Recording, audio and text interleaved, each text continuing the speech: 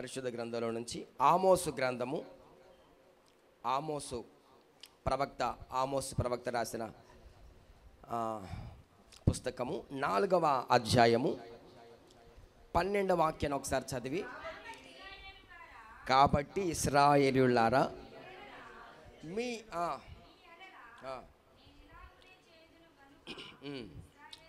గమనించండి, ఇశ్రాయేలీయులారా మీ దేవుని సన్నిధిని కనబడుటకై సిద్ధపడుడి.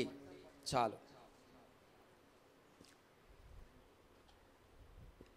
ఆ వచనం కూడా చదువుదాం. పర్వతములను నిరూపించువాడును గాలిని పుట్టించువాడును ఆయనే, ఉదయమున చీకటిని కమ్మ చేయువాడు, మనుషుల యోచన వారికి తెలియచేయువాడు ఆయనే, భూమి యొక్క ఉన్నత స్థలముల మీద సంచరించు దేవుడు, సైన్యములకు అధిపతియునగు యెహోవా అని ఆయనకు పేరు. హల్లెలూయా, స్తోత్రం చెబుదామా? హల్లెలూయా.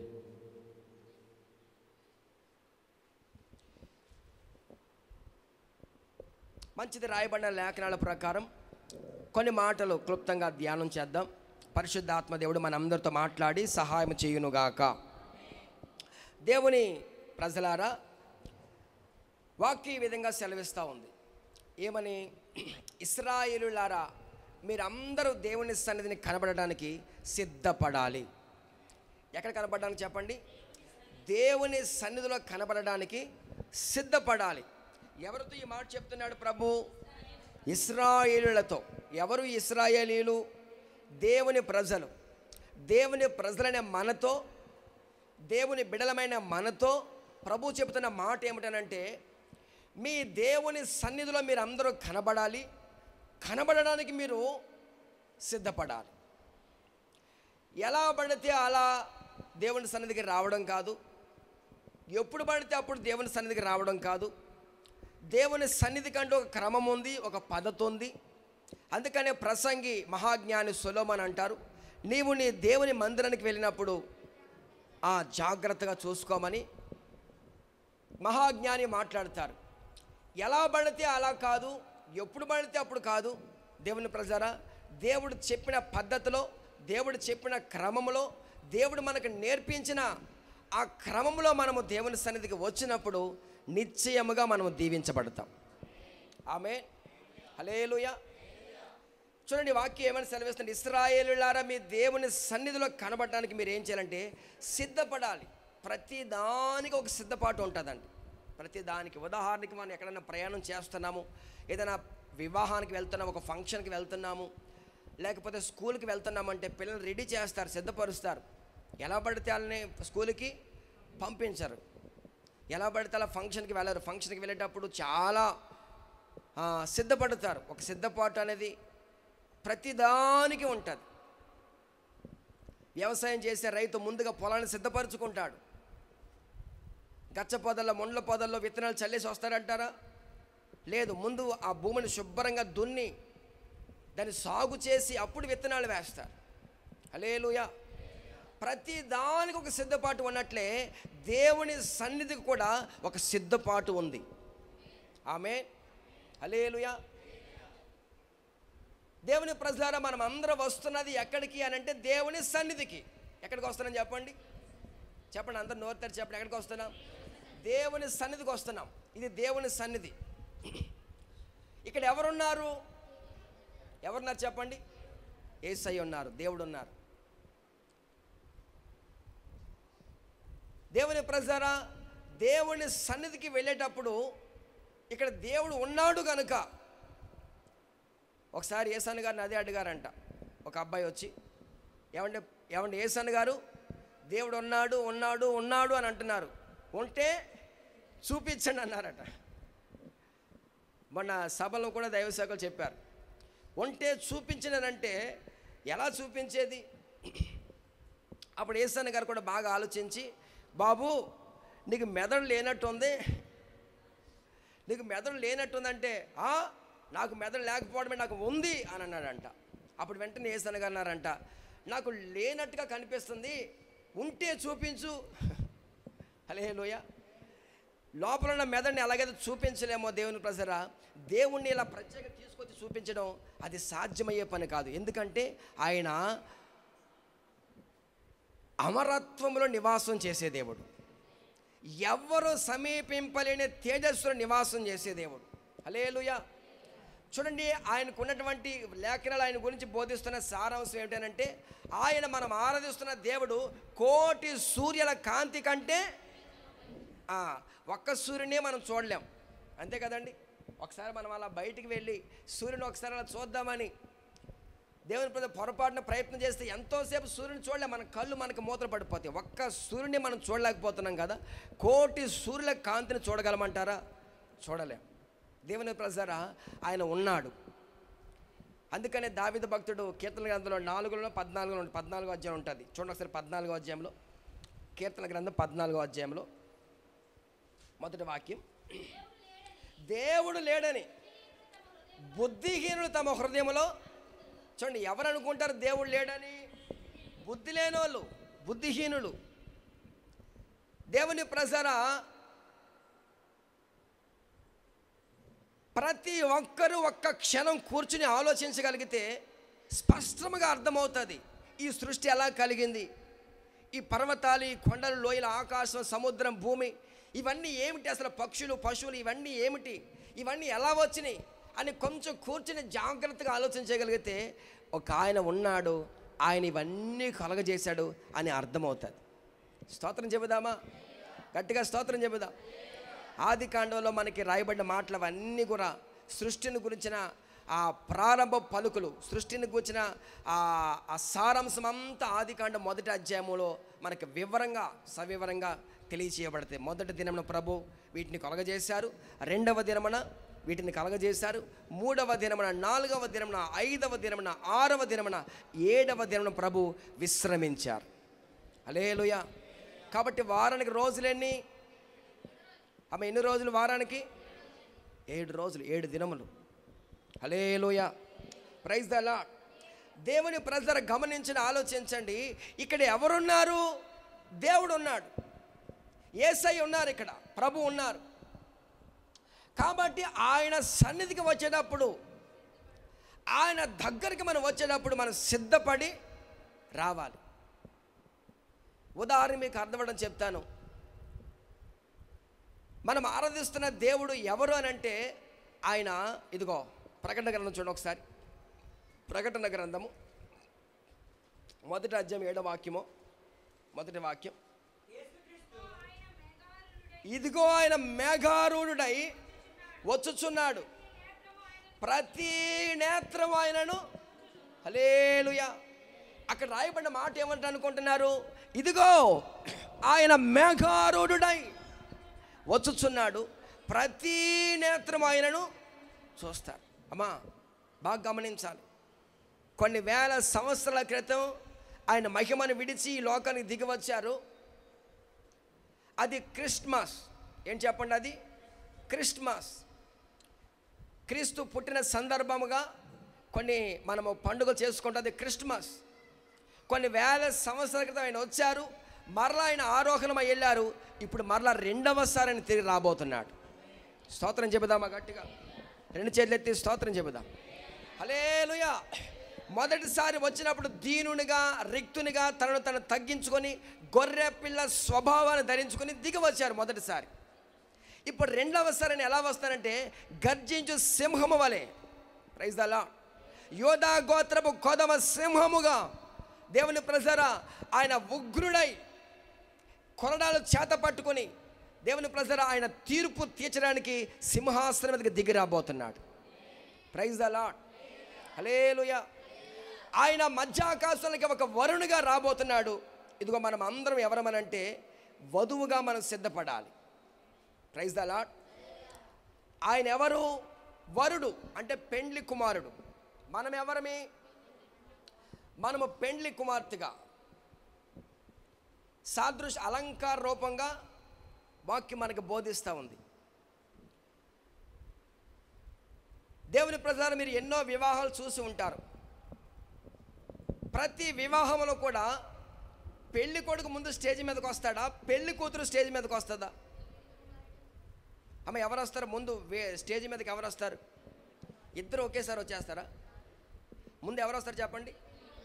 పెండ్లి కొడుకు వేదిక మీద వస్తాడు. ఆ తర్వాత ఆ పంతులు గారు లేకపోతే పాస్టర్ గారు అడుగుతారు, అమ్మ పిల్లలు రెడీ చేశారా? పెళ్లి కూతురు రెడీ చేశారంటే, అయ్యా ఇంకా చీర కట్టుకుంటుంది అయ్యా ఇంకొక 10 నిమిషాలు. మొత్తం మీద ఆమెను రెడీ చేసి వేలి మూసికేసి ఆమెను సిద్ధపరిచి తీసుకొస్తారు. దేవుని ప్రజలు గమనించండి, ఆలోచించండి.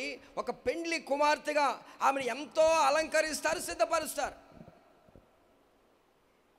ఎలా పడితే అలాగా పెండ్లి కుమార్తెగా వేదిక మీదకి వస్తుందంటారా? రాదు. దేవుని ప్రజల దైవ జనాంగమా కొంచెం ఆలోచించండి, కొంచెం గ్రహించండి, ఆలోచించండి. పెండ్లి కుమారుని యేసయ్యను మనం అందరం ఎదుర్కోబోతున్నాం. హల్లెలూయా. మనం అందరం ఎవరమే? వధువు సంఘముగా. హల్లెలూయా. షోషాను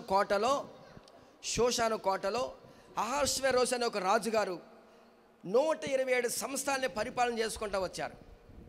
127 సంస్థానాలని పరిపాలన చేసుకుంటూ వచ్చారు. ఆయన పేరు అహష్వేరోషు రాజుగారు. దేవుని ప్రజరా, సందర్భం ఏమిటంటే ఒకానొక రోజున ఆయనకి వివాహం చేసుకోవడానికి కన్యకను వెతుకుతూ ఉన్నారు. 127 సంస్థలను వెతుకుతూ ఉంటే చాలామంది కన్యకులు ఆయన ఎదుటికి వచ్చారు. వచ్చిన తర్వాత మరి అందరిని చేసుకునే అవకాశం ఉంటుందా? ఉండదు. ఎవరో ఒకరిని చేసుకోవాలి వివాహం. దేవుని ప్రజరా, ఆ సమయంలో అనేక మంది కన్యకలు వచ్చిన తర్వాత వాళ్ళందరూ హేగే అనే ఒక ఆ నపుంసకుల చేతికి అప్పగించబడ్డారు. హేగే వాళ్ళందరినీ సిద్ధపరుస్తా వచ్చాడు. అక్కడ రాయబడిన మాట ఏమిటంటే అనేక మంది ప్రజలు హేగే నిర్ణయించిన అలంకారం కాకుండా ఇక వాళ్ళకి ఇష్టం వచ్చినట్టుగా, వాళ్ళకి నచ్చినట్టుగా, వాళ్ళకి తోచినట్టుగా వాళ్ళు అలంకరించబడతా వచ్చారట. కానీ ఎస్తేరు గురించి రాయబడిన మాట ఏమిటంటే ఎస్తేరు మాత్రం హేగే నిర్ణయించిన అలంకారం తప్ప మరి ఏ అలంకారం కోరలేదు. స్తోత్రం చెబుదామా? హల్లెలూయా. బాగా గమనించండి, అక్కడ చాలామంది కన్యకలు ఉన్నారు. దేవుని ప్రజరా, హేగే నిర్ణయించిన అలంకారం కాకుండా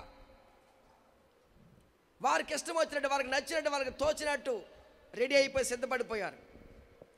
కానీ ఎస్తేరు మాత్రం హేగే నిర్ణయించిన అలంకారం తప్ప మరి ఇంకేమీ కోరలేదు.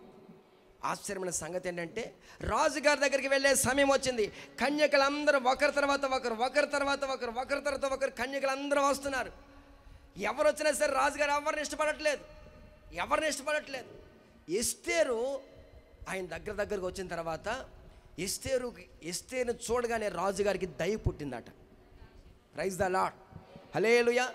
ఎస్తేరుని చూడగానే రాజుగారికి దయ పుట్టి రాజదండాన్ని ఆమె వైపు చాపాడట. దేవుని ప్రజరా, ఆ రోజు ఆమెను రాజుగారి వివాహం చేసుకున్నారు. Praise the Lord. హల్లెలూయా. చేతులెత్తి స్తోత్రం చెబుదామా? ఆశ్చర్యమైన సంగతి అంటే దేవుని ప్రజరా, మనకు నచ్చినట్టుగా మనము జీవించడం కాదు, కానీ మనకు తోచినట్టుగా మనము సాగిపోవడం కాదు, కానీ దేవుడు చెప్పిన క్రమములో, దేవుడు నిర్ణయించిన పద్ధతిలో, ప్రభు మనకు నేర్పించిన పాఠాల ప్రకారముగా, వాక్య ప్రకారంగా మనం జీవించినప్పుడు నిశ్చయముగా ప్రభు మనల్ని వివాహం చేసుకోబోతున్నాడు. స్తోత్రం చెబుదాం. హల్లెలూయా. హల్లెలూయా. ఎంతో సిద్ధపాటు కలిగిన వారు మాత్రమే, సిద్ధపడిన వారిని మాత్రమే ప్రభు తన పెండ్లి విందులో పెండ్లి చేసుకున్న తర్వాత పెండ్లి విందుకు తీసుకుని వెళ్తాడు. అక్కడ ఆనందము, సంతోషము నిత్యము ఉంటుంది.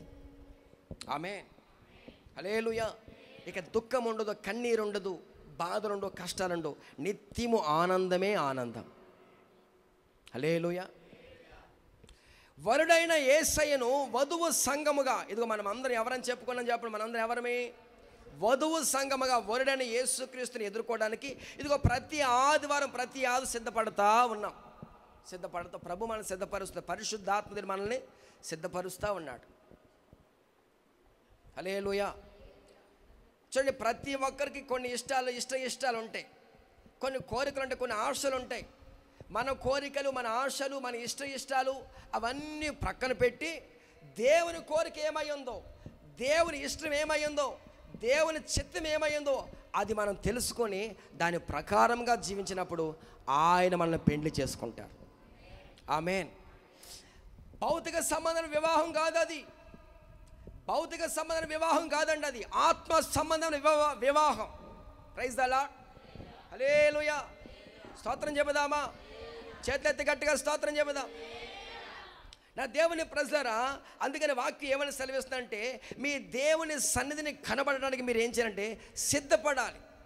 ఏం చేయాలి చెప్పండి? సిద్ధపడాలి. పరిశుద్ధ గ్రంథంలో ఒకసారి పెండ్లి కుమారుడు ఎదుర్కోవడానికి ఒక 10 మంది కన్యకలు సిద్ధపడ్డారు. మత్తయి శుభవార్త 25వ అధ్యాయము. మత్తయి శుభవార్త 25వ అధ్యాయం మొదటి నుంచి చూడండి ఒకసారి. పరలోక రాజ్యము తమ దివిటీలు పట్టుకొని పెండ్లి కుమారుని ఎదుర్కోవడానికి 10 మంది కన్యకలను పోలి ఉన్నది. వీరిలో 5 బుద్ధి లేనివారు, 5 బుద్ధి గలవారు. తమతో కూడా నూనె తీసుకొని పోలేదు.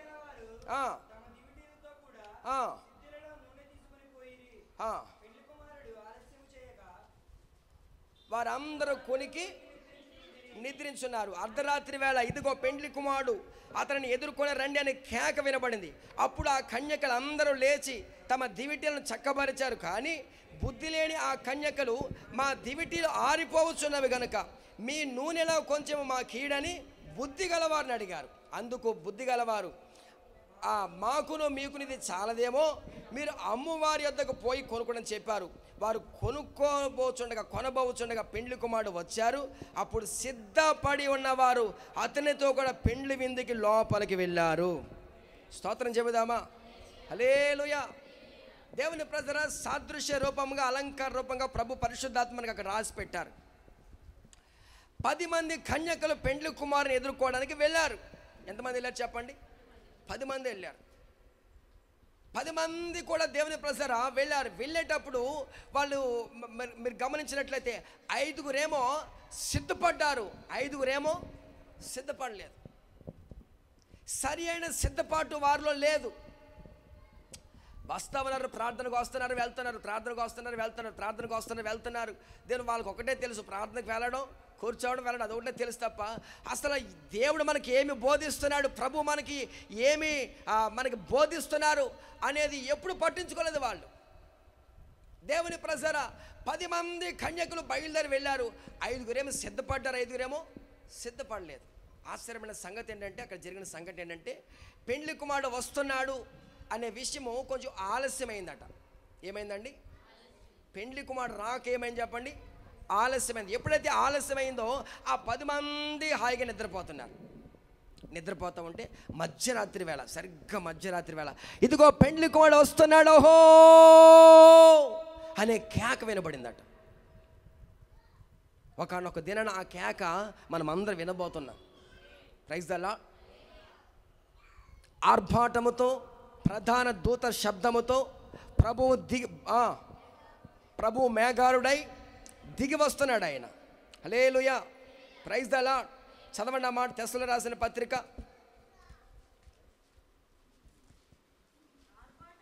ఆర్భాటముతోను, ప్రధాన దూత శబ్దముతోను, దేవుని బోరతోను పరలోకం నుంచి ప్రభు దిగి రాబోతున్నారు. హల్లెలూయా. ఒక బోర శబ్దాన్ని మనం వినబోతున్నాం. ఇదిగో పెండ్లి కుమారుడు రాబోతున్నాడు ఓహో అనే కేక వినబడుతుంది. హల్లెలూయా. అప్పుడు కేక వినబడిన తర్వాత వెంటనే 10 మంది లేచి సిద్ధపడ్డారు. 10 మంది లేచి త్వరగా లేచి సిద్ధపడ్డారండి. త్వరగా లేచి వాళ్ళు వాళ్ళ దివిటీలు వెలిగిస్తూ ఉన్నారు. దివిటీలు వెలిగిస్తూ ఉంటే అక్కడ ఏం జరిగిందనంటే 5 దీపాలు వెలుగుతూ ఉన్నాయట. 5 దీపాలేమో ఆరిపోతున్నాయి. ఎందుకని ఆరిపోతున్నాయి?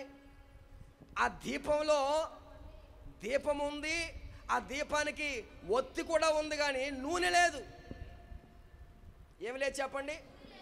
నూనె లేదు. నూనె కిరోసిన్ ఉంటే, కిరోసినో లేదా పెట్రోల్ ఏదో నూనె ఉంటే ఆ దీపం వెలుగుతూ ఉంటుంది. దేవుని ప్రజలు గమనించి ఆలోచించండి. దేనికి సాదృశ్యము, ఎందుకు అలా చెప్పబడిందనంటే నూనె ప్రార్థనకు సాదృశ్యం. ఏం చెప్పండి? నూనె ప్రార్థనకు సాదృశ్యం. దీపము ఇదిగో మన ఆత్మ. హల్లెలూయా. నరుని ఆత్మ యెహోవా పెట్టిన దీపం. దీపం దీపం ప్రైజ్ ద లార్డ్. అందుకే దైవజనులు యేసన్ గారు పాడారు, నా దీపము యేసయ్యా నీవు వెలిగించినావు, సుడిగాలిలోనైనా జడివానలోనైనా ఆరిపోదులే నీవు. ఓ నీవు వెలిగించిన దీపము, నీవు వెలిగించిన దీపము, నీవు వెలిగించిన దీపము. హల్లెలూయా. చెప్పండి, నరుని ఆత్మ యెహోవా పెట్టిన దీపము. ఈ దీపం ఆరిపోకుండా దేవుని ప్రజరా ప్రతి దినము ప్రార్థన ద్వారా దీపాన్ని వెలిగిస్తూ ఉండాలి. హల్లెలూయా. ప్రతిరోజు మీరు ప్రార్థన చేసుకోవాలి. ప్రతిరోజు ప్రార్థన చేసుకోవాలి. ఉదయం ప్రార్థన చేసుకోవాలి, మరలా సాయంత్రం ఉదయం లేచినప్పుడు ప్రార్థన చేసుకోవాలి, మరలా సాయంత్రం నిద్రపోయేటప్పుడు ప్రార్థన చేసుకోవాలి. మన పితరులందరూ ఆ విధంగా ప్రార్థన చేశారు. దానియేలు దినానికి 3 మార్లు ప్రార్థన చేశారట అండి. దానియేలు దినమునకు 3 మార్లు ప్రార్థన చేశారు. ఇంకా భక్తులు కొర్నేలి ప్రతిరోజు ప్రతి మధ్యాహ్నం 3 గంటలకి, ప్రతి మధ్యాహ్నం 3 గంటలకి ప్రతిరోజు ప్రార్థన చేస్తూ వచ్చేవాడు. స్తోత్రం చెబుదామా? హల్లెలూయా, హల్లెలూయా. దేవుని ప్రజరా ప్రార్థన లేకుండా మనము సాతానుని జయించలేం. హల్లెలూయా. ప్రార్థన ద్వారానే ఆటంకాలు, సాతాను క్రియలన్నీ అవన్నీ తొలగిపోతాయి. మీ గృహాల్లో ప్రార్థన ఉన్నప్పుడు, నా దేవుని ప్రజలు, మీ గృహాల్లో ప్రార్థన ఎప్పుడైతే మీరు ప్రార్థన చేస్తారో ఆ ప్రార్థన ద్వారా అపవాది క్రియలు, అపవాది యొక్క వాడి యొక్క క్రియలన్నీ కూడా లయపరచబడతాయి. ఆమేన్, హల్లెలూయా. ప్రార్థన ద్వారా దేవుని సహాయం నీకు కలుగుతుంది. ప్రార్థన ద్వారా నా దేవుని ప్రజలు. అందుకని మన దీపము ఆరిపోకుండా, చాలామంది ఆత్మలో చల్లారిపోతారు. ఎక్కడ చెప్పండి? ఆత్మలో చల్లారిపోతారు. దేవుని ప్రజలు, మనం ఆత్మలో చల్లారిపోయేటట్టుగా ఉండకూడదు. ఆత్మలో నిత్యము వెలిగించబడుతున్నట్టుగా, ఆత్మలో మండుతున్నట్లుగా, దేవుని ప్రజలు నిత్యము మనము వెలుగుతున్నట్లుగా, మన దీపము వెలుగుతున్నట్లుగా ప్రకాశించాలి. మన దీపము నిత్యము వెలుగుతూ ఉండాలంటే ప్రార్థననే ఆ అంశం, ప్రార్థన మన జీవితాల్లో ఖచ్చితంగా ఉండాలి. స్తోత్రం చెబుదామా? చేతులెత్తి గట్టిగా స్తోత్రం చెబుదాం. హల్లెలూయా. 5 ప్రార్థనాపరులు అండి. 5 స్త్రీలు ప్రార్థనాపరులు. 5 స్త్రీలు ఆ ప్రార్థన చేద్దాంలే, ఎంతసేపు ప్రార్థనేంటి, ప్రార్థన. దేవుని ప్రజలు, కొంతమందికి ప్రార్థన అంటే చిరాకు, కొంతమందికి ప్రార్థన అంటే కొంతమందికి ఇబ్బందిగా ఫీల్ అవుతూ ఉంటారు. దేవుని ప్రజలు గమనించండి, ఆలోచించండి. దేని విషయంలో మనం విసిగిపోకూడదు, దేని విషయంలో మనం చిరాకు పడకూడదు తెలుసా అండి? దేవునికి సంబంధించిన విషయాలు మనం విసిగిపోకూడదు. ప్రైజ్ ద లార్డ్, హల్లెలూయా. ప్రార్థన అంటే మనలో వెంటనే ఒక ఉత్సాహం కలగాలి, ఒక ఉజ్జీవం కలగాలి. ప్రార్థన ఖచ్చితంగా ప్రార్థన చేసుకుందాం. ప్రార్థన కొరకు ఎవరైతే దేవుని ప్రజల ముందడుగు వేస్తారో వారు అపవాదిని జయించగలిగిన వారు అవుతారు. హల్లెలూయా. స్తోత్రం చెబుదామా? నా దేవుని ప్రజరా, ఇక్కడ మీరు గమనించినట్లయితే 5 బుద్ధి కలిగిన వారు, 5 బుద్ధి లేనివారు. 5 ఏమో బుద్ధి కలిగిన వారు, 5 బుద్ధి లేనివారు. అక్కడ గమనించండి. పెండ్లి కుమారుడు వస్తాడని కేక వినబడింది 10వ వచనంలో. అక్కడ చెప్పబడిన మాట ఏమిటంటే వారు కొనబోచున్నారట. వారు మరలా వెళ్ళి ఆ నూనె కొనుక్కొనుచు ఉండగా పెండ్లి కుమారుడు వచ్చాడు. అప్పుడు సిద్ధపడి ఉన్నవారు ఆయనతో కూడా పెండ్లి విందుకు లోపలికి వెళ్ళారు. స్తోత్రం చెబుదాం గట్టి. హల్లెలూయా. సిద్ధపడిన వారు ఆయనతో కూడా గొర్రె పిల్ల పెండ్లో విందులో ఉండబోతున్నారు. ప్రైజ్ ద లార్డ్, హల్లెలూయా. కనుక ఒక సరైన సిద్ధపాటు మన ఆత్మీయ జీవితానికి, ఒక సరైన సిద్ధపాటు మనకు చాలా అవసరం. అందుకే మీ దేవుని సన్నిధిని కనబడడానికి మీరు సిద్ధపడాలి. దేవుని ప్రజారా, నాకు తెలిసి నా చిన్నప్పుడు ఇదిగో మహేష్ కిషోర్ అంత ఉన్నప్పుడు చిన్న వయసులో దేవుని ప్రజారా, ఆదివారము అనగానే ఆదివారం ఆరాధనకి శనివారం నుంచే సిద్ధపాటు మాకు మొదలయ్యేది. ఎప్పటి నుంచి చెప్పండి? శనివారం నుంచే. శనివారం ఉదయం లేచిన తర్వాత టిఫిన్ చేసిన తర్వాత మా అమ్మమ్మ ఒరే 10 రూపాయలు ఇచ్చి కొట్టు దగ్గరికి వెళ్ళి కుంకుడుకాయలు పట్టరా అనేది. ఏంటండి? కుంకుడుకాయలు. అప్పుడు కుంకుడుకాయలు రసం, ఇప్పుడు షాంపులు ఇవన్నీ వచ్చేసినాయి కానివ్వండి. అప్పుడు కుంకుడుకాయలు 10 రూపాయలు ఇచ్చి కుంకుడుకాయలు పట్టడం అంత పొట్లం వచ్చేది. ఆ కుంకుడుకాయలు పట్టుకుని మొత్తం వాటిని చితక కొట్టాలి పత్రాలు తీసుకొని. ఒక్కొక్కటి మొత్తం మీద చితక కొట్టిన తర్వాత వాటిని ఏమో ఒక డొక్కులో వేసి నానబెట్టాలి. దేవుని నానబెట్టిన తర్వాత ఇక మధ్యాహ్నం భోజనం చేసిన తర్వాత ఇక సాయంత్రం 3 గంటల నుంచి మొదలెడితే ఒక్కొక్కరు స్నానాలు అవుతూ ఉండి తల స్నానాలు. అప్పట్లో దేవుని ప్రజల ఒకళ్ళు పులుసు పోయాలి. ఏంటో చెప్పండి? ఒకళ్ళు పులుసు పోయాలి. ఇప్పుడు షాంపూ మనకు అంటేసుకోండి. అప్పుడు ఒకళ్ళు పులుసు పోయాలి, ఒకళ్ళేమో రుద్దాలి. దేవుని ప్రజలు చూడండి, గమనించండి. శనివారం నుంచి ఒక సిద్ధపాటు ఉండేది మాకు. ఆ తర్వాత శనివారమే తలంటు స్నానం చేసేవాళ్ళం, ఆదివారం సిద్ధపడేవాడు. దేవుని ప్రజలు నాకున్న అలవాటు ఏంటంటే, నాకు ఈ మైక్ సిస్టమ్ ఇవన్నీ పెట్టడం నాకు చిన్నప్పటి నుంచి దేవుడు నాకు నేర్పించారు. దేవుని ప్రజలు నేను ఉదయాన్నే వెళ్ళి చర్చిలో ఆ మైక్ సిస్టమ్ అరేంజ్ చేయడం. అందరికంటే ముందు నేను వెళ్ళి ఆ డ్రమ్ము రెండు ఉండే, కాంగో ఒకటి, సైడ్ డ్రమ్ ఒకటి 2 ఉండే. దేవుని ప్రజల ముందు ఫస్ట్ మందిరంలోకి వెళ్ళేది ఎవరంటే నేనే వెళ్ళేవాడిని. ఆ కాంగో కానీ సైడ్ డ్రమ్ కానీ ఎవరిని కొట్టనిచ్చేవాడు కదా, నేనే కొట్టేవాడిని. నాకు వాయిద్యాలు కొట్టమంటే చిన్నప్పటి నుంచి నాకు బాగా ఆ ఆసక్తి. దేవుడు ఆ ఆసక్తిని చూసి మొత్తం నాకు కీబోర్డ్ నేర్పించినట్టు ఉన్నాడు. హల్లెలూయా. నేను ఒక్కోసారి అదే అనుకుంటాను, ఎక్కడ కీబోర్డ్ నేర్చుకోలేదండి సంగీతం. దేవుని ప్రజలు గమనించండి, ఆలోచించండి. ఆదివారం ఆరాధన కొరకు శనివారం నుంచే సిద్ధపడతా ఉండేవాళ్ళు. Praise the Lord. హల్లెలూయా. చూడండి, దేవుని రోజులు గడుస్తూ ఉన్నాయి. ఇప్పుడు ఆదివారం ఆరాధన అంటే ఆదివారం ఆరాధన వెళ్దాంలే. దేవుని ప్రజలు గమనించి ఆలోచించండి. మనం వచ్చేది దేని కొరకు, ఎక్కడికి వస్తున్నాం, ఎందుకు వస్తున్నాం అనే విషయం మనకు అర్థమైతే నా దేవుని ప్రజల మనం సిద్ధపడకుండా ఉండలేం. స్తోత్రం చెబుదామా గట్టిగా? అసలు ఎందుకు వస్తున్నాం? మనం దేవుణ్ణి ఆరాధించడానికి. Praise the Lord. ఎక్కడికి వస్తున్నాం? దేవుని సన్నిధికి. ఎందుకు వస్తున్నాం? మన కుటుంబాలు, మన బిడ్డలు దీవించబడాలి, ఆశీర్వదించబడాలి, ఉన్నతమైన స్థానానికి వెళ్ళాలంటే ఆయనే ఆధారం. హల్లెలూయా. స్తోత్రం చెబుదామా? హల్లెలూయా. యెహోవాయే జ్ఞానం ఇచ్చేవాడు, యెహోవాయే దీవించువాడు. సియోనులో నుంచి నా దేవుడు మిమ్మలను ఆశీర్వదించునుగాక. స్తోత్రం చెబుదాము గట్టిగా. హల్లెలూయా. కనుక ఒక సిద్ధపాటు. అందుకని మత్తయి సువార్త ఉంటుంది, నీవు నీ దేవుని మందిరానికి వెళ్ళినప్పుడు, ప్రార్థన చేసుకునేటప్పుడు, లేకపోతే ఉపవాసం ఉన్నప్పుడు నీ తల అంటుకుని ప్రార్థన చేసుకొని నీ గదిలోనికి వెళ్ళి రహస్యమందున్న దేవునికి నువ్వు ప్రార్థన చేస్తూ ఉండాలి. ఆమేన్. హల్లెలూయా. స్తోత్రం చెబుదామా? దేవుని సన్నిధికి ముందుగా రావాలి. ముందు వరుసలో కూర్చోవాలి.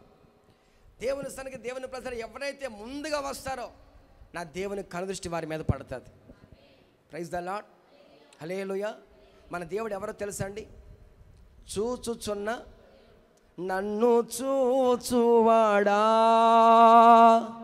నిత్యం కాచువాడా, పరిశోధించి తెలుసుకున్నావు, చుట్టూ నన్ను ఆవరించావు, కూర్చుండుట లేచియుండుట, కూర్చుండుట బాగుగా ఎరిగి ఉన్నావు, రాజా బాగుగా ఎరిగి ఉన్నావు. హల్లెలూయా. ఎవరని చెప్పండి, ఎవరు చెప్పండి? ఆయన చూచుచున్న దేవుడు. నేను చూస్తున్నాడు, మనం చూచుచున్న దేవుడు. ఆయన నిత్యము కాపాడుచున్న దేవుడు, కాయుచున్న దేవుడు. నిన్ను, నీ కుటుంబాన్ని, నీ బిడ్డలను, సమస్తమును, దేవుని నీ కలిగిన సమస్తాన్ని కాపాడే దేవుడు ఆయన. ఆయన కునుకడు, నిద్రపోడు. చూడండి, మనం నిన్న మొన్న కాల సమయంలో వార్తలు విన్నాం. పహల్గామ్ అనే ప్రాంతంలో, జమ్మూ కాశ్మీర్ అనే పహల్గామ్ అనే ప్రాంతంలో ఉగ్రవాదులు దాడి చేస్తారని చాలామంది, అనేక మంది ప్రజలు అక్కడ చనిపోయారు. దేవుని ప్రజలు గమనించి ఆలోచించండి. ఆయన చేత మనం కాపాడబడాలి, ఆయన చేత మనము దేవుని ప్రజల ఆయన కాపుదల మనం ఉండాలనంటే ఇదిగో మనం ఆయన ఆరాధించాలి, ఆయన స్తుతించాలి, ఆయన ఘనపరచాలి. Praise the Lord. స్తోత్రం చెబుదామా? ఆయన చూచుచున్న దేవుడు. ఆయన సన్నిధిని కనబడడానికి మనం ఎప్పుడైతే సిద్ధపడతామో ఆ సిద్ధపాటును బట్టి నా దేవుని ప్రజల దేవుని కనుదృష్టి నీ మీదకి దిగి వస్తుంది. దినవృత్తాంత గ్రంథంలో ఒక మాట ఉంటుంది, తన ఎడల యథార్థ హృదయం గల వారిని బలపరచడానికి చెప్పండి యెహోవా కనుదృష్టి ఈ లోకమంతా సంచారం చేస్తూ ఉంది. ఎందుకని చెప్పండి? ఆయన పట్ల యథార్థ హృదయం గల వారిని బలపరచడానికి. Praise the Lord. హల్లెలూయా. నా దేవుని ప్రజలు గమనించి ఒక సిద్ధపాటు అనేది మనకు చాలా అవసరం. నోవాహు అనే ఒక కుటుంబం, ఆది కాండంలో నోవాహు అనే ఒక కుటుంబం మనకి కనబడుతుంది. నోవాహు గారు దేవుని ప్రజలు, నోవాహుతో దేవుడు చెప్పారు, నోవాహు ఈ తరమంతా చెడిపోయిందయ్యా, భూలోకమంతా పాడైపోతూ ఉంది, కాబట్టి ఏం చేస్తామంటే నీవును నీ ఇంటి వారి రక్షణ కొరకు ఒక ఓడను సిద్ధం చేయమని చెప్పారు. సిద్ధం చేయమని చెప్పిన దేవుని ప్రజలు ఆ ఓడ ఎలా నిర్మించాలో, ఎంత ఎత్తు ఉండాలో, ఎంత పొడుగు ఉండాలో అవన్నీ కూడా చెప్పారు. Praise the Lord. దేవుడు చెప్పినట్లుగానే నోవాహు ఓడను సిద్ధం చేశాడు. హల్లెలూయా. ఒక మాట అడుగుతానండి, నోవాహు గారు వడ్రంగి పని చేస్తారా? నోవాహు గారు దేవుని ప్రజరా వ్యవసాయం చేసేవాడా? ఏదో ఒకటి చెప్పండి, నేనే చెప్పేసాను ఆన్సర్, మీకు చాయిస్ ఇచ్చాను అంతే. హల్లెలూయా. నోవాహు గారు వడ్రంగి పనా లేకపోతే వ్యవసాయం పనా? నోవాహు వ్యవసాయం చేసేవాడు, ద్రాక్ష తోట వేసి వ్యవసాయం చేసేవాడు. వ్యవసాయం చేసేవాడికి వాడు ఎలా కడతారు చెప్పండి? హల్లెలూయా. వ్యవసాయం చేసే వ్యక్తి వడ్రంగి పని ఎలా చేస్తారు? అలవాటు లేని పని. కానీ దేవుని ప్రజరా దేవుడు అంటారు, నోవాహు నువ్వు ప్రారంభించు, నేను చూసుకుంటా. హల్లెలూయా. స్తోత్రం చెబుదామా? దేవుని ప్రజల గమనించి ఆలోచించండి.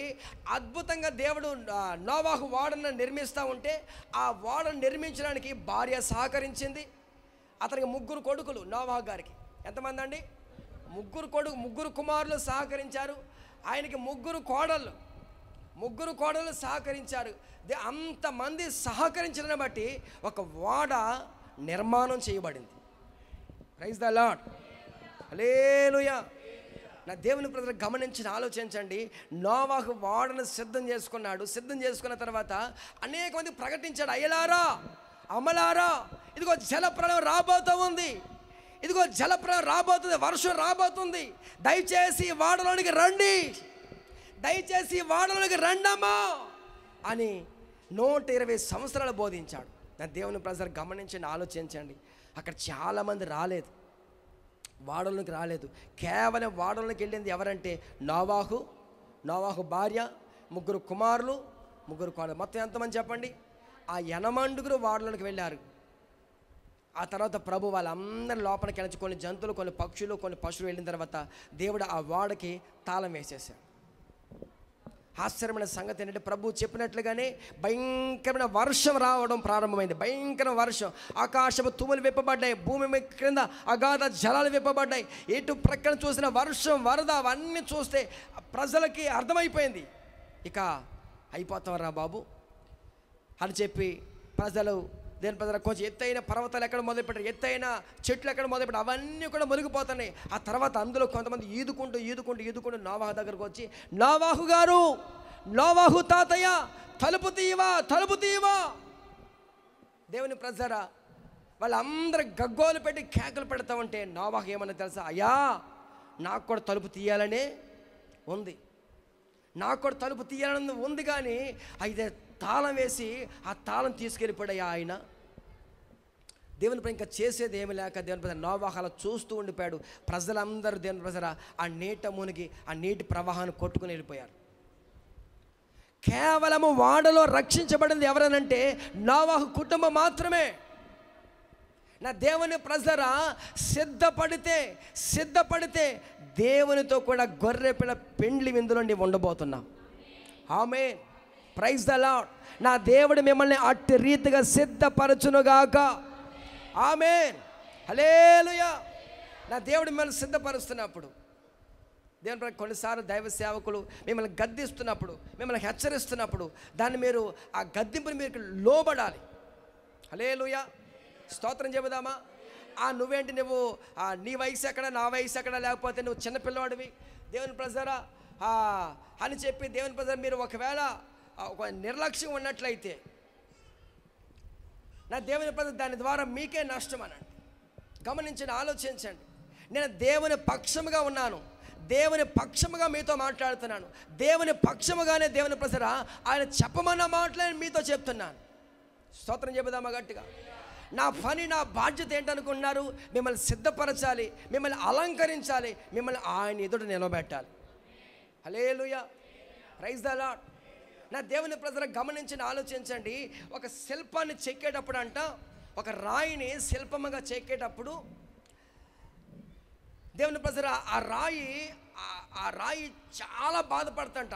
ఎందుకు నన్ను ఇన్నిసార్లు సుత్తితో కొడుతున్నాడు ఈ వ్యక్తి, ఎందుకు నన్ను సుత్తితో ఇన్ని దెబ్బలు కొడుతున్నాడని చెప్పి రాయి అనుకుంటుందట. సుత్తితో కొట్టి కొట్టి కొట్టి కొట్టి దేవుని ప్రజరా గమనించి ఆలోచించండి. బాగా సుత్తితో కొట్టి ఒక రూపం వచ్చిన తర్వాత, ఆశ్చర్యమైన సంగతి ఏంటంటే ఆ శిల్పానికి ఒక రూపం వచ్చిన తర్వాత ఆ రూపాన్ని చూసి అనేక మంది ఆశ్చర్యపోతున్నారు. దాని యొక్క విలువ అనేక మంది దాని కోట్ల రూపాయలు దాన్ని కొనుక్కోవడానికి ముందుకు వస్తున్నారు. ప్రైజ్ ద లార్డ్, స్తోత్రం చెబుదామా. మీరు గమనించండి, చెక్కబడిన శిల్పానికి విలువ ఉంటుందా? చెక్కబడకుండా ఉన్న రాయికి విలువ ఉంటుందా? మీరు చెప్పిన మాట నాకే వినపడలేదు. అమ్మ, చెక్కబడిన శిల్పానికి విలువ ఉంటుందా, లేకపోతే ఒక రాయికి విలువ ఉంటుందా? చెక్కబడిన శిల్పానికి దేవుని ప్రజల, దేవుని ద్వారా మనం చెక్కబడుతున్నప్పుడు, దేవుని ద్వారా మనము సరిచేయబడుతున్నప్పుడు, ఒకవేళ మనకు శ్రమ కలగవచ్చు, కష్టముగా ఇబ్బందిగా అనిపించవచ్చు, అయినా సరే మనము అవి తట్టుకోగలిగితే ఒకానొక దిన దేవుని రూపం మనలోనికి వస్తుంది. హల్లెలూయా. దేవుని పోలికలో నువ్వు మార్చబడతావు. నా దేవుని ప్రజ అప్పుడు ఆయన పెండ్లి విందుకి, గొర్రెపిల్ల పెండ్లి విందుకి ఆయనతో కూడా మనందరినీ తీసుకొని వెంట పెట్టుకుని వెళ్ళబోతా ఉన్నాడు. చేతులైతే గట్టిగా స్తోత్రం చెబుదాం. హల్లెలూయా, హల్లెలూయా. సిద్ధపడాలి. సిద్ధపరుస్తున్నప్పుడు, మిమ్మల్ని అలంకరిస్తున్నప్పుడు సమయానికి రండి. నా దేవుని ప్రజలు దేవుని సన్నిధిని అలక్ష్యం చేయొద్దు, దేవుని సన్నిధిని నిర్లక్ష్యం చేయొద్దు. దేవుని సన్నిధిలో అజాగ్రత్తగా ఉండొద్దు, అనాలోచనగా ఉండొద్దు. దేవుని సన్నిధిలో దేవుని ప్రజలు మనము ఆయన పాడి కొనియాడి స్తుతించి ఆరాధిస్తున్నప్పుడు ఆయన దీవెనలు, ఆశీర్వాదాలు సమృద్ధిగా ప్రభువు మనకు అనుగ్రహిస్తారు. ఆమేన్, హల్లెలూయా. స్తోత్రం చెబుదామా గట్టిగా. ఎజ్రా గ్రంథం చూడండి ఒకసారి. ఎజ్రా గ్రంథము 10వ అధ్యాయం 11వ వాక్యం. ఎజ్రా గ్రంథము 10వ అధ్యాయం 11వ వాక్యం. 10వ అధ్యాయం 11వ వాక్యం. ఎజ్రా గ్రంథము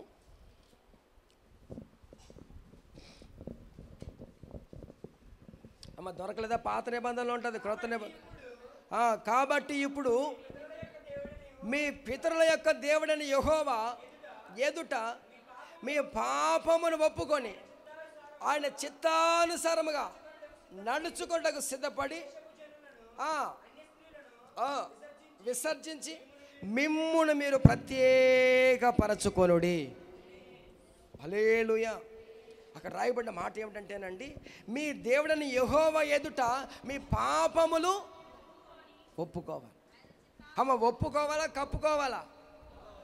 చేసిన పాపములు, చేసినటువంటి అతిక్రమములు దాచిపెట్టకుండా వాడిని ఒప్పుకొని విడిచిపెడితే దేవుని మహా కనికరాన్ని పొందుకుంటాం. Praise the Lord, hallelujah. దేవుని మన పాపములు ఒప్పుకొని, అక్కడ రాయబడిన మాట ఏమిటంటే ఆయన చిత్తానుసారం నడవడానికి సిద్ధపడాలి. దేవుని చిత్తము చేయడానికి సిద్ధపడాలి. దేవుని చిత్తము జరిగించడానికి మనం ఎప్పుడైతే సిద్ధపడతామో, దేవుని చిత్తాన్ని, దేవుని ఇష్టాన్ని ఎప్పుడైతే నెరవేరుస్తామో అప్పుడు నా దేవుని ప్రజరా దేవుని కృప, దేవుని ఆశీర్వాదం మనకు కలుగుతుంది. ఆమేన్, హల్లెలూయా. దేవుని చిత్తం అనేది ఒకటి ఉంది, దేవునికి ఇష్టమైనది ఒకటి ఉంది. మన ఇష్టము కాదు, మన చిత్తము కాదు. అందుకే చాలాసార్లు ప్రార్థన చేసేటప్పుడు ఒకటే ప్రార్థన చేస్తాం, ప్రభువా మీ చిత్తమే సిద్ధించును గాక, మీ చిత్తమే నెరవేర్చబడాలి. హల్లెలూయా, హల్లెలూయా. దేవుని చిత్తమే జరగాలి. దేవుని చిత్తము కంటే దేవుని ప్రజరా మన చిత్తము, మన స్వచిత్తము, మన ఇష్టాలు నెరవేర్చుకోవడానికి మనం ప్రయత్నించకూడదు. ఒకవేళ మన ఇష్టాలు మన చిత్తాలు నెరవేర్చుకున్నట్లయితే దాని ద్వారా మనకు కలిగే నష్టాలు, దాని ద్వారా కలిగే మనకి ప్రతికూల పరిస్థితులు ఎన్నో మనకు ఉంటాయి. హల్లెలూయా, స్తోత్రం చెబుదామా. దేవుని చిత్తానికి లోబడినప్పుడు, దేవుని చిత్తాన్ని నెరవేర్చినప్పుడు, దేవుని చిత్తాన్ని చేయడానికి నువ్వు సిద్ధపడినప్పుడు నా దేవుని కృప నీకు కలుగుతుంది. Praise the Lord. హల్లెలూయా.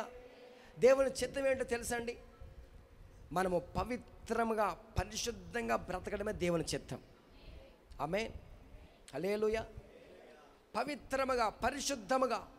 ఎందుకో తెలుసండి, మనం ఆరాధిస్తున్న దేవుడు ఎవరో తెలుసా? పరిశుద్ధుడు. హల్లెలూయా.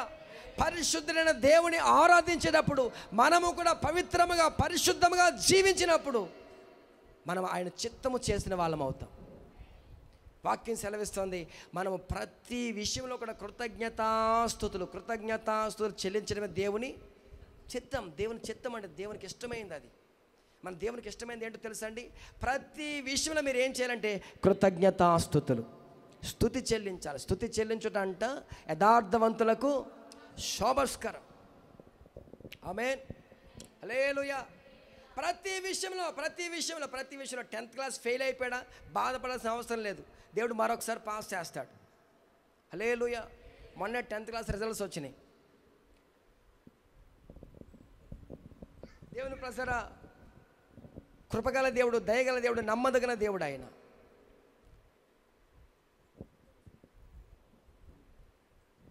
ఆయన కార్యములు, ఆయన యొక్క మేలులు, ఆయన యొక్క కార్యములు, లేకపోతే ఆయన చేసే కార్యాలు ఆశ్చర్యంగా ఉంటాయి, అద్భుతకరంగా ఉంటాయి.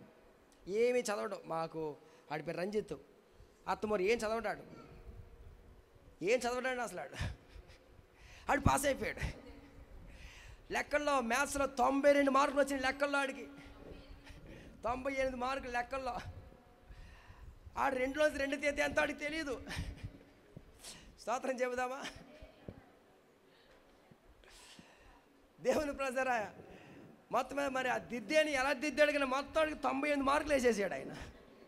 గట్టిగా స్తోత్రం చెబుదా. దేవుని ప్రజల ఆశ్చర్యమైన కార్యాలు, అద్భుతమైన కార్యాలు ఆయనే పాస్ చేస్తాడు. స్తోత్రం చెబుదామా.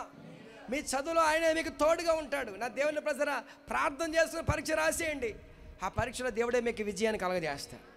ప్రార్థన చేసుకుని పంట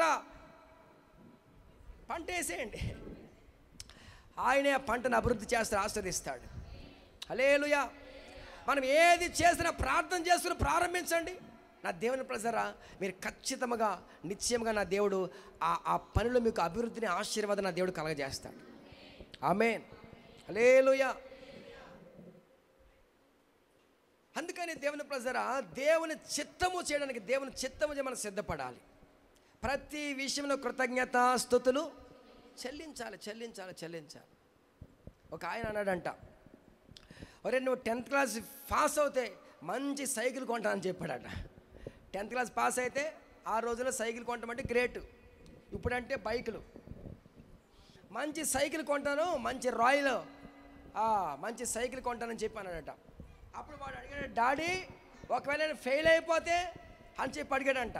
నువ్వు ఫెయిల్ అయిపోతే 10 సైకిల్ కొంటానంట. వాడికి అర్థం కాలేదంట.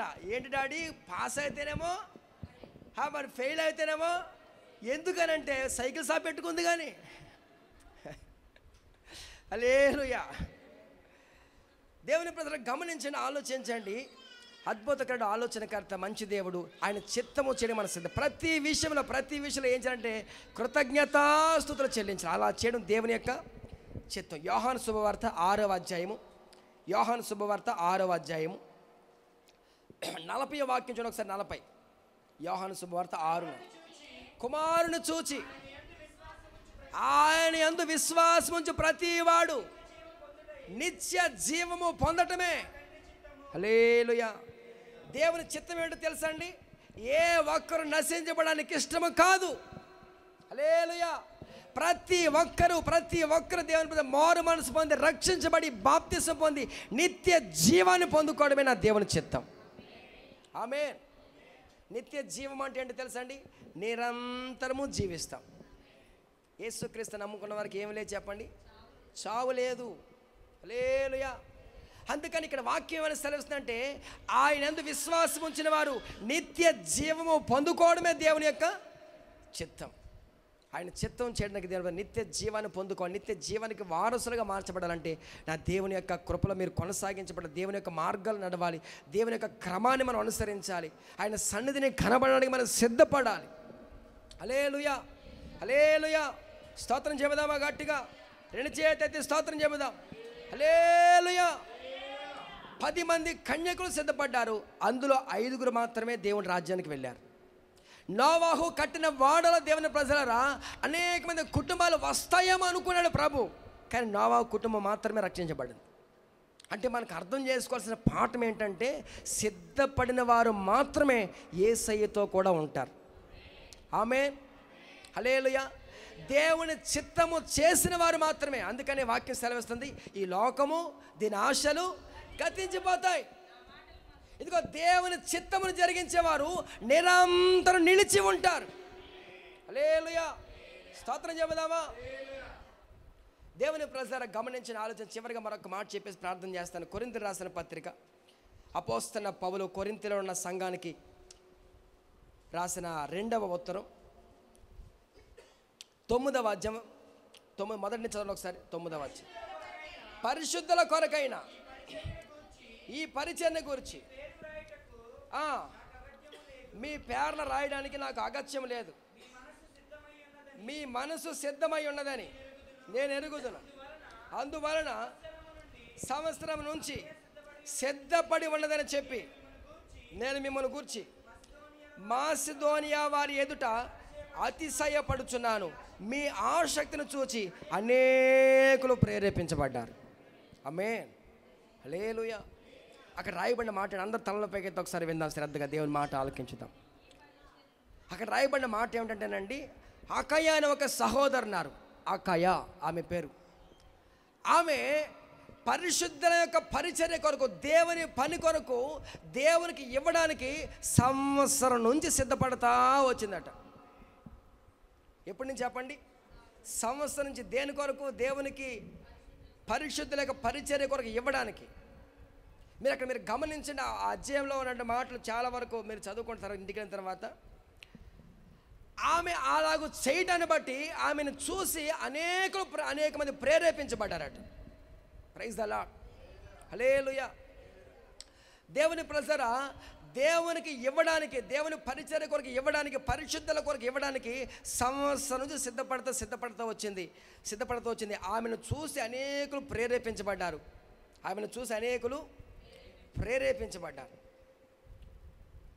దేవుని ప్రజరా, దేవునికి ఇవ్వడం అని అంటే, దేవుని ప్రజరా చాలాసార్లు చాలామంది ఏమనుకుంటారంటే, బాగా గమనించండి, దేవుని కొరకు ఇవ్వడం అని అంటే అదేదో పాస్టర్ గారికి మనం ఇస్తున్నామని చెప్పి చాలామంది యొక్క అభిప్రాయం. పాస్టర్ గారికి కాదు, మనం ఇచ్చే ప్రతి రూపాయి, మనం ఇచ్చే ప్రతి అర్పణ, మనం ఇచ్చే ప్రతి ఒక్క కానుక ఎవరి కొరకు అంటే దేవుని కొరకు, పరిశుద్ధుల పరిచర్య కొరకు. ఆమేన్ చెబుదామా?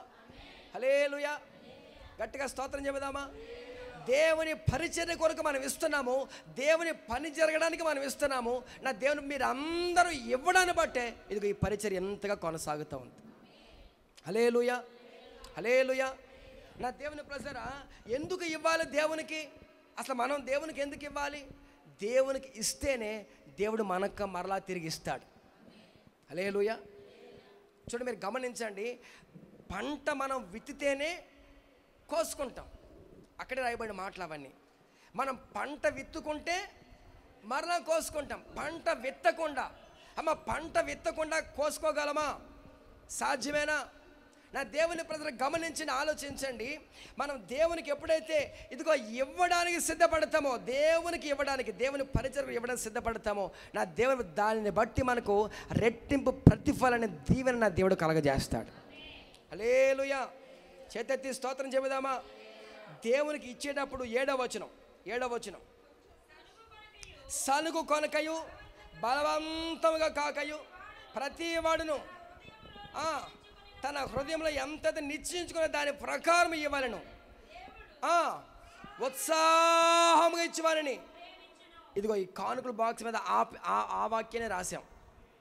ఇది కానుకల బాక్స్ మీద రాసిన వాక్యం ఏంటంటే, ఉత్సాహంగా ఇచ్చేవాళ్ళ దేవునికి ఇచ్చేటప్పుడు సనుగు కొనుంటూ బలవంతముగా. బలవంతంగా మనం ఇమ్మని దేవుడు మనకి చెప్పలేదు. ఇవ్వడం అనేది అది ఒక దేవుని క్రమము, దేవుని యొక్క పద్ధతి. దేవునికి ఇస్తే ఒక మాట దైవ శాఖలు చెప్తారు, దేవునికి ఇచ్చి ఎవ్వరు చెడిపోలేదటండి, దేవునికి ఇవ్వకుండా ఎవరు బాగుపడలేదట. ఒక దైవ సేవకుడు చెప్తుంటే విన్నాను. నా దేవుని ప్రజరా, దేవునికి ఎప్పుడైతే మనం ఇస్తామో, అర్పణ ఇస్తామో, కానుకలు అర్పిస్తామో, దేవునికి ఎప్పుడైతే మనము ఇవ్వడానికి సిద్ధపడతామో దానిని బట్టి మనం ప్రతిఫలం పొందుకుంటాం. ఆమేన్ చెబుదామా? గట్టిగా స్తోత్రం చెబుదామా? రెండు చేతులు ఎత్తి స్తోత్రం చెబుదాం. యెహెజ్కేలు గ్రంథం 44వ అధ్యాయము 30వ వాక్యం చూడండి ఒకసారి. 44:30. మీ ప్రతిష్ఠిత అర్పణలన్నిటిలో ప్రథమ ఫలములన్నిటిలో అమ్మా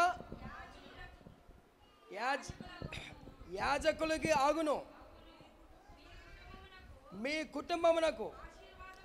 అదిగో ఆ మాట మీరు గమనించండి, అక్కడ రాయబడిన మాట మరొకసారి గట్టిగా చదవండి. మీ కుటుంబాలకి ఆశీర్వాదం కలుగునట్లు మీరు ముందుగా పిసికిన పిండి ముద్దను యాజకునికి ఇవ్వాలని. స్తోత్రం చెబుదాం.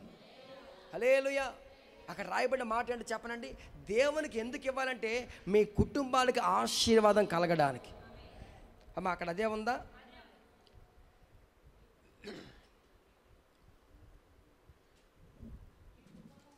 మీ కుటుంబములకు ఆశీర్వాదం కలిగినట్లు అదిగో మీరు ముందుగా పిసికిన పిండి ముద్దను యాజకులకు ఇవ్వాలని. గట్టిగా స్తోత్రం చెబుదాం.